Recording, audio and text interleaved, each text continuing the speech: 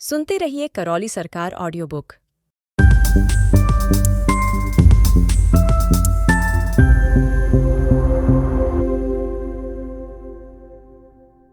पहले अनुभव कीजिए, फिर विश्वास कीजिए। यह पारंपरिक आस्थावाद के विपरीत वाक्य है।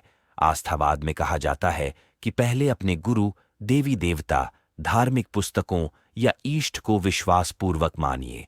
उनके बताए या लिखे हुए दिशा निर्देशों, कर्मकांड, विधियों को श्रद्धापूर्वक पूरा कीजिए। फिर सब कुछ उनकी कृपा पर छोड़ दीजिए। न अपेक्षानुरूप फल की अपेक्षा कीजिए, न अनुभूतियों की तत्पश्चात जो भी मिलता है उससे संतुष्ट रहिए। इसी प्रकार सुखी दुखी होते हुए पूरा मनुष्य जगत आस्थावाद की अंधेरी गलियों में राहें तलाश रहा है। वहीं ब्रह्मलीन संत श्री अग्रहार नागराज जी द्वारा प्रतिपादित मध्यस्थ दर्शन कहता है कि अज्ञानी व्यक्ति कर्म करते समय स्वतंत्र है, फल भोग समय प्रतंत्र है, लेकिन जागृत व्यक्ति कर्म करते समय भी स्वतंत्र है और फल भोगते समय भी स्वतंत्र है। आश्रम रूपी ईश्वरीय चिकित्सा एवं अनुसंधान केंद्र करौली धाम इसी सिद्धांत पर स्थापित है। दरबार कहता है कि पूर्ण अविश्वास और संदेह के साथ आइए। यहां पहुंचकर यदि आपको कोई सकारात्मक अनुभूति होती है, रोग बीमारियों से तत्काल राहत मिलती दिखती है, समस्याओं के समाधान का कोई प्रकाश आपके अंदर उतरता दिखता है, तब उसे समझने देखने की कोशिश कीजिए। कुछ दिख जाए, कुछ अनुभूति हो जाए, कुछ समझ में आ जाए, तब विश्वास की डोर पकड़िए। इसी डोर के सहारे सिद्ध, हवन, नमन आदि की शेष प्रक्रियाएं पूरी कीजिए। आपके विश्वास जताने के फलस्वरूप दरबार आपकी सभी समस्याएं, बाधाएं, रोग बीमारियां अपने पास रख लेता है और समाधान के रूप में सुखद अनुभूतियों की पोटली आपको उपहार रूप में देता है। शोध और अनुसंधान पूर्वक ऐसा होना सिद्ध हो चुका है। इसी आधार पर प्रस्तुत समय से समाधि तक पुस्तक में कुछ सूचनाएं दी गई हैं, जिन्हें पढ़ समझकर आप सांसारिक कार्यों को भी पहले से अधिक कुशलता के साथ कर सकते हैं और यदि आप साधक हैं तो जागृति की यात्रा आरंभ कर सकते हैं। इस पुस्तक को सुनने के बाद आप भटक नहीं पाएंगे, न आपको कोई भटका पाएगा। नकारात्मक और आसुरी शक्तियां केवल आपके मन मस्तिष्क को दूषित करके समस्याओं में उलझाती हैं, भटकाती हैं, रोग बीमारी पैदा करती हैं। यही भूत प्रेत बाधाओं की संज्ञा है। दरबार सर्वप्रथम इन्हीं भ्रमों को मन मस्तिष्क से साफ कर देता है और इसके लिए कोई तंत्र मंत्र, झाड़ फूंक, सम्मोहन, मारण, उच्चाटन या वैसी किसी भी तामसिक विद्याओं का सहारा नहीं लिया जाता, अपितु यह दरबार शिव और शक्ति के संतुलन के फलस्वरूप पूरी सात्विकता के साथ ब्रह्मलीन समाधिस्थ संत श्री राधारमण मिश्र जी की पवित्र जीवन ऊर्जा के सानिध्य में मानव मात्र के लिए सेवारत है।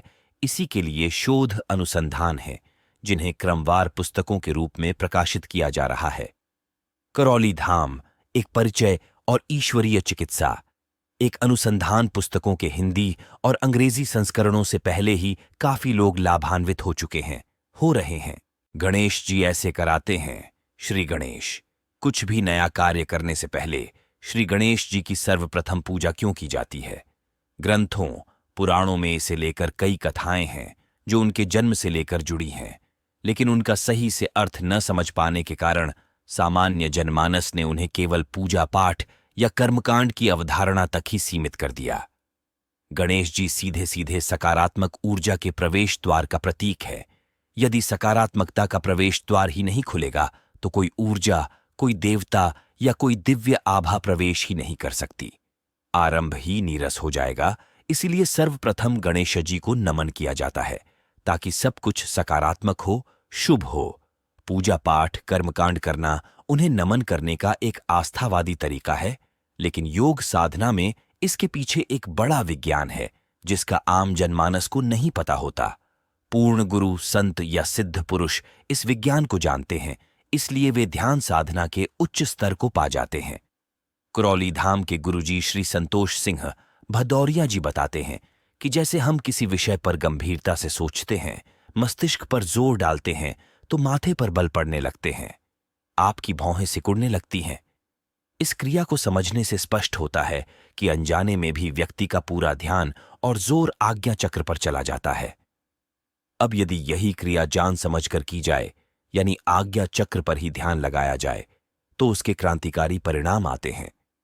वास्तव में सोचने और ध्यान करने की प्रक्रिया यहीं से आरंभ होती है और इसे ही समझने और आगे बढ़ने के लिए गणेश जी का आशीर्वाद चाहिए होता है। गणेश जी की जो कथा है कि ब्रह्मांड के साथ चक्कर लगाकर जो देवता सबसे पहले आएगा और जीतेगा, वही देवताओं में प्रथम पूज्य होगा, और गणेश जी ने ब्रह्मांड का चक्कर लगाने के स्थान पर अपने माता पिता शिव और पार्वती के साथ चक्कर लगाए और यह शर्त जीत ली।